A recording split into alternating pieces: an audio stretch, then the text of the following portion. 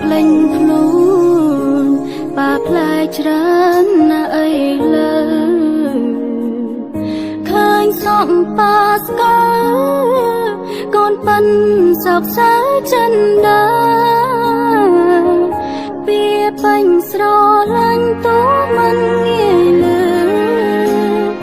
ចេញពីមាត់បាផ្ដល់អោ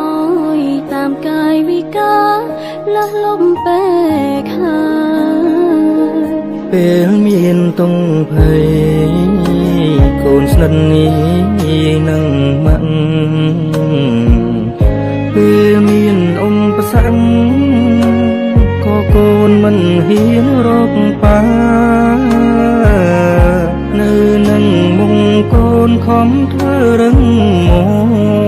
កប្រហូតខ្លួនឯកាព្រោះតែងារជាបិតាអាសុរគុណ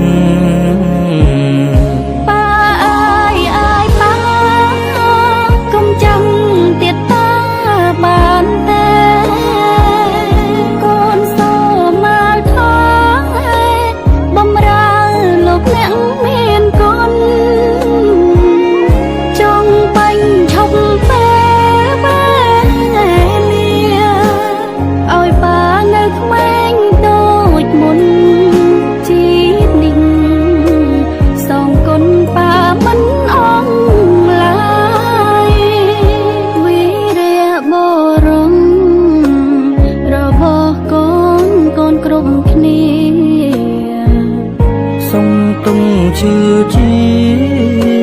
សូមប្រាំគុំលាក់ប៉ាអើ